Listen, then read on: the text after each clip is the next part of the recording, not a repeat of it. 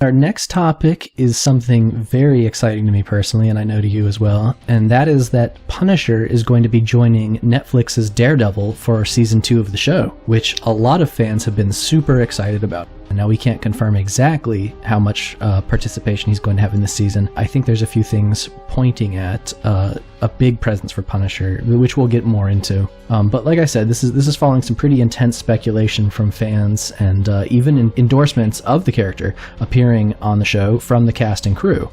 Like we know Stephen DeKnight was a fan of Punisher. We know Charlie Cox is really interested in Punisher. So this is just kind of the full rumor mill actually coming to pass. Also, it goes a little bit beyond just rumors and speculation. Fans outright demanded the Punisher. That was one thing that I, as a fan, really appreciated with the response to the Daredevil series. Like, everyone and their mother were screaming, "Give us Punisher!" And now Netflix has delivered on it, and it's fantastic. It's about time that we have the Punisher in the Marvel Cinematic Universe. From promo descriptions, it sounds like Punisher's going to have a pretty heavy role in the second season. My thought is maybe this is going to be like Kingpin, where you don't always see him. In fact, I don't think we even get to see Kingpin for a good number of episodes in Daredevil. The events that are going on definitely concern him. Even when he's not on screen, they're basically talking about Kingpin. Just a huge presence and central figure on the show. As we saw in the promotional picture with the Daredevil logo, only bullet riddled. That says something right there, that it is a pretty huge role. I detected just a hint of skepticism from some folks on the internet, just because that's actually a logo that Marvel supposedly put out. And that may not mean that it's from Netflix, but at the same time, I don't know. I mean, my gut is telling me that this is going to be a multi-episode important character on the show. Yeah, I would not worry about it, because Marvel are the ones that call the shots. Netflix may have the logo, they may provide a bit of the budget, but this is Marvel's show. So if Marvel releases promotional material featuring bullet holes, that says pretty much everything.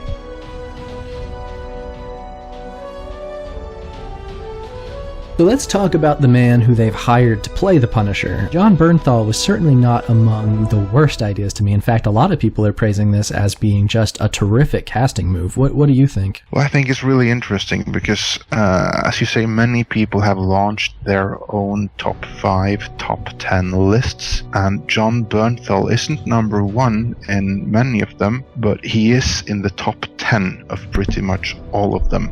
He wasn't in my personal top 10 list, but I can see how it can work, because we've seen him now in The Walking Dead. He was in Fury from last year, and he was in the Stallone boxing movie Grudge Match, and he was really good in all of them, and I can see that he has this intensity, which I think is going to work really well for the Punisher. Yeah, actually I think my only familiarity with him is probably from The Walking Dead, which is kind of funny because I actually didn't really like his character on The Walking Dead. But I think that's because, like a lot of characters on The Walking Dead, he's sort of flawed, and I think I magnified those flaws greatly, so I hope I'm able to move past that, but I'll just struggle on and try my best. I think that's actually a credit to him as an actor, because this is not a character on The Walking Dead that you're supposed to like. Right. Because he's kind of an anti-hero, and then he becomes more and more of a villain as the series progresses, and the actor makes you believe the character. Well, that's my fear. That is what Marvel saw in him. My fear is that I am too much of a simpleton to move beyond that. It's really not to my credit.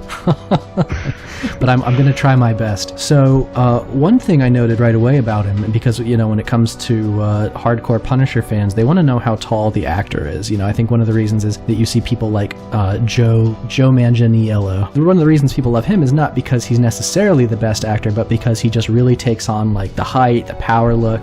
But when it comes to Jon Bernthal, Mr. Bernthal is actually only 5'10", or 178 centimeters for our worldwide listeners. And to me, that's within a 3-inch margin of Tom Cruise's height, which is to me like, let's not even go there. To be fair though, that's within 3 inches of Tom Cruise's public media friendly height. His actual height is probably a little little bit lower than that. 5'7". He's like, come on, it's not so bad. Well, at least he can draw comfort from the fact that he's taller than David Miscavige, who's his best friend and leader of Scientology. So there is that. There you go.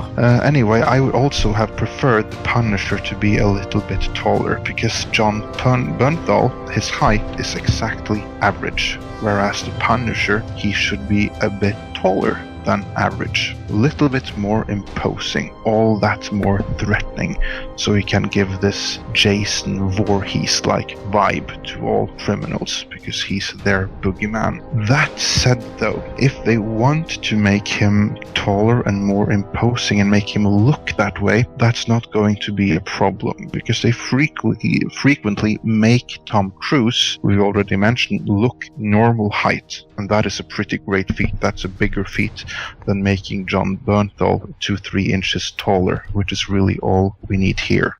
Charlie Cox is also shorter than Daredevil is in the comics, but Charlie Cox is the right size relative to Jon Bernthal compared to what Daredevil should be to the Punisher. So let's talk about his acting abilities. Well, I'm not as sold on him as I was on Ray Stevenson when he was cast, but Right. I'm getting around to it, where I really had to get around to it, like with Tom Jane. That took struggle before I got around to that casting choice, but he turned out pretty good as well, at least given the source material that he was given. Could have been much worse. But with Bernthal, I don't have that reaction. Yeah, you're not struggling So I to hold have down your lunch or anything. I'm not instantly sold, but I can see how it might work. If I am to compare my own reaction, it would be to the reaction I had when Karl Urban was cast as Judge Dredd. Not my first choice, but I could kind of see it, and then when I did see it on screen, I was completely and utterly blown away, and now I can't picture anyone else taking over that role. What kind of Punisher interpretations does he match most closely? I mean, the thing that comes to my mind first is, as many fans have pointed out, the John Romita comics, John Romita Jr. specifically. Yeah, those two have a very similar nose, but there is actually one Punisher that I think looks even more like Jon Bernthal than John Romita Jr.'s Punisher, and that is John Buscema's Punisher. From like a man called Frank. Yes, that's the same guy. He did much more than just that. For instance, he did many of both covers and the stories for Punisher Warzone. For instance, look at the Punisher Barbarian with a gun, the one where he's with the boxing gloves. That's the one where he's in the slave camp, right? Doing like forced labor? Yeah, I think so. If you just look at that and look at the intensity of what does surprise me a little bit, though, is that this is a very classical look for the Punisher and quite a departure from how he has looked in the comics of the most recent years, where he's been younger and more handsome in a way, back to his roots. And I think that's an interesting point, because I think Marvel has been making deliberate attempts to, it's kind of hilarious because superheroes and heroines, they've always gone so far out of their way to make them ideal-looking people, just beautiful, muscular people with perfect proportions and wonderfully symmetrical faces, and that they've moved Punisher into that camp has been a little bit weird, because this is kind of the classical look for Punisher, where he's a gritty-looking dude, somebody you could easily mistake for an outright villain. Which I think is how they're going to play him, that he's going to be a villain role, like how he first was in Frank Miller's Daredevil comics. My thought is maybe a better word for it is antagonist, because I think you could still, through the prism of Daredevil, you could still see Punisher as a good guy. He's just, he adopts many of the bad guy's methods, but not necessarily what you would call a bad guy. I think also what's going to be really important is that he's going to give some more balance, if you will, to the Daredevil character. Because what the showrunner described Daredevil as in the previous season was as one bad day away from becoming the Punisher. He doesn't want to kill people, but he's really angry. And maybe seeing the Punisher is going to cause him to moderate his anger and aggression a little bit, and maybe push him a little bit more into this holier-than-thou mindset of the comics, when seeing that, whoa, look at this guy, maybe I need to step it back a bit before I end up like that.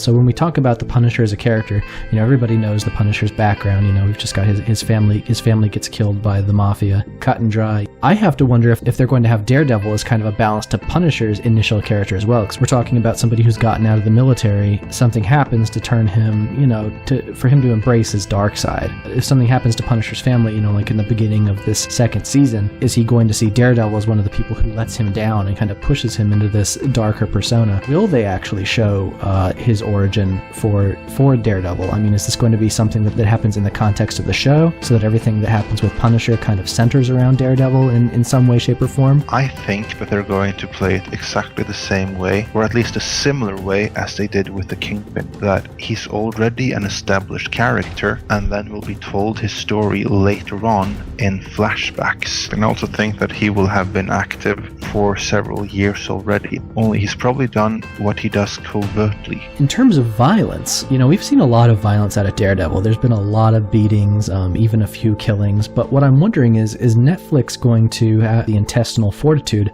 to show Punisher killing tons of bad guys? I mean, this is what this character is known for. I actually think they will, and I think so based on two scenes in Daredevil Season 1. One is in episode 4, where Kingpin has been interrupted in his dinner dates, and he essentially decapitates the guy very visually and very brutally with his car door. In a later episode, Stick cuts a guy's hand off very brutally with camera focusing in on the bloody stump and everything. Just goes to show that the Disney angle is kind of downplayed, and I think when they set the tone like that, yeah, we're gonna have a mass murdering Punisher. Daredevil Season 1 was in the cinema, it would be rated R. Right. And some of it would be bordering on NC-17. So yeah, maybe it's R. And the Punisher is going to be rated R as well. I have absolutely no doubts about it. So we might not see any heads explode, like see the heads pop on screen, but we will see dead bodies falling to the ground, and we will get the blood splatter. And as a longtime Punisher fan, my last question kind of revolves around one of the things we see from Punisher when he appears in other people's comics, and of course very appropriate because now we're kind of inserting Punisher as a Daredevil character. So one thing that happens a lot is Punisher basically winds up going crazy. So, there's this relationship between Daredevil and Punisher where Daredevil, he kind of gets scooched to the left, to the kind of liberal side of politics so that he fits in next to Punisher. But Punisher, also in an attempt to differentiate him, sort of is shown as teetering on the edge of sanity. I mean, we've seen so many storylines where Punisher winds up killing a good guy and then of course later regretting it tremendously because he has to go back to being a good guy, but at the same time he doesn't know how he's going to do it since he's killed somebody who's an innocent technically. So I think we're going to see some aspect of it, but without him going nuts, and that's going to be all the cautionary tale necessary for Daredevil. You already have some news outlets or editorial outlets, if you would rather phrase it that way, who are pondering if Punisher is actually going to wind up killing one of the Daredevil cast members, one of the good guys. I hope that's not the case, but I can see that happening by accident or something. Well, that's the problem. I think a lot of fans hold the accidental killings in as much disregard as the insanity killings. Generally, I hope that they don't go there, because that's something that we see in the best Punisher stories, that he doesn't accidentally kill. I hope that the producers of Netflix will do what they have done already with Daredevil, which is to give us the best interpretation of the character yet, where they draw a little bit from several runs of the comics, but they only focus on the character at its purest and best. And if they do that with the Punisher too, I don't think we have anything to worry about.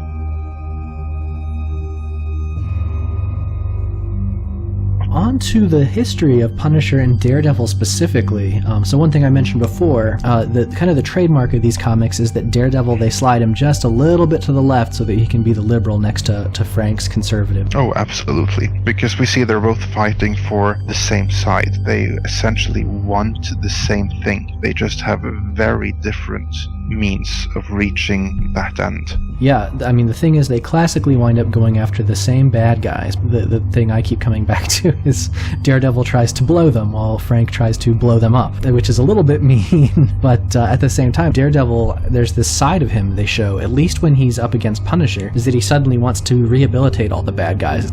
We don't see it yet, but I think maybe we'll be seeing it more as he maybe takes this introspective journey after seeing what the Punisher does. And then he sees, whoa, this guy, he really goes all out, and maybe I need to take it back a notch. That is one of the developments Daredevil will be going through in season 2. He has not yet reached that holier than thou, criminals must be liberated and reformed stage. What's your favorite Punisher Daredevil story that you've read? My favorite is the one by Frank Miller in the Daredevil comic, where Daredevil is looking for a supplier of angel dust, when he then encounters the Punisher, who is after the same thing. Only the Punisher wants to beat up both informants and kill them as well as the suppliers, whereas Daredevil tries to protect them. I think and hope we'll see a variation of that. How about you? I really liked Daredevil vs. Punisher Means and Ends by Dave Lapham. So it's a story about both of them for sure, but it just pays such heavy respect to both of the characters, and it introduces a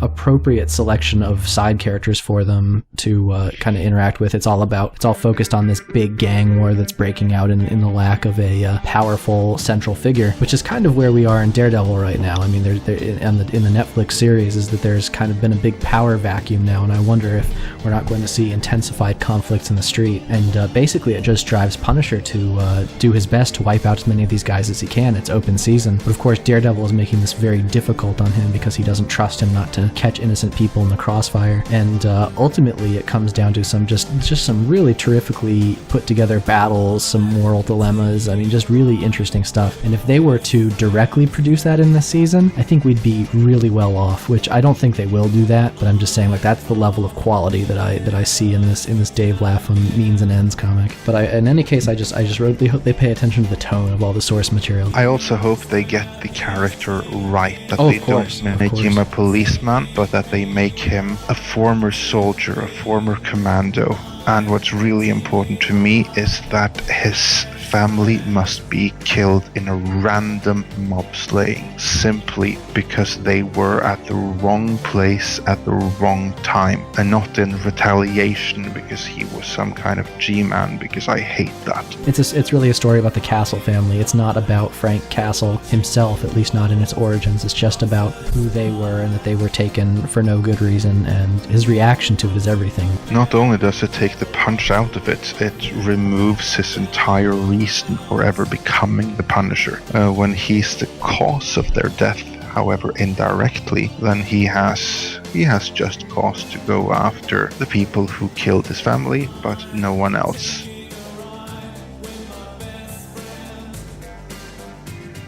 One other interesting element of this whole thing has been the media reaction to the news that Jon Bernthal is going to be on the show as the Punisher. So I tend to cringe when the media tries to focus on something that I like, because they so often get the facts wrong. In fact, it just kind of makes you wonder, like, if you could fact check the media 24/7 on everything they did, how often would you find that they had reported something incorrectly? Now, I think that depends on which media we're talking about and which direction they're slanted, and if they want to do some objective reporting, or if they just want to sell the latest headline. Some of the pretty huge media outlets giving lots of attention to this story. I've noticed, for example, Entertainment Weekly might not be the biggest in the world, but you hardly ever see them reference the Punisher unless they there's been a Punisher movie out that week and they just want to get their kicks into its ribs and be done with it. But you've also got, like, the Wall Street Journal and CNN both push their own stories on this. To me, that says two things. One, Marvel is huge, which we knew already.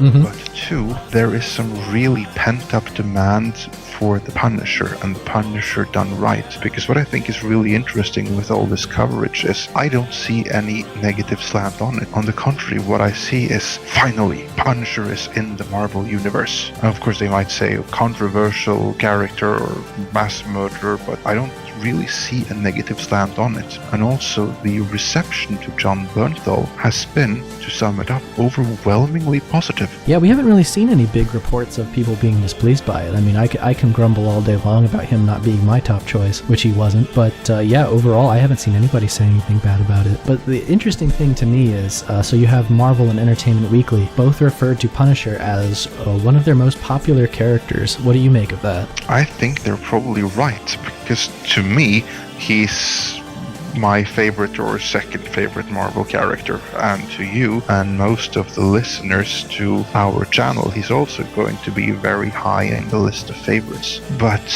that's us, and we're a niche. This just goes to show that he must have more widespread appeal than I first thought. I hope it stays good. Considering the movies that have been out so far, and the Punisher has survived all of them, I think he'd be fine, because they know there are loads of people who want this, and they have gotten very clear indications from not one, not two, but 3 past movies not to do. So what one of the folks in the Global Punisher Army, that's the now defunct, well, sort of hanging on via Facebook website that I was lucky enough to be the admin of, and that you had also been a huge part of. So one of the folks at the Global Punisher Army page on Facebook had mentioned maybe they're using merchandise as a metric, and my thought is, well, it's true, lots of non-fans, people who aren't even big on the Punisher, tend to love the skull, don't they? Oh, absolutely. You see that especially among actual Army and Navy guys who use that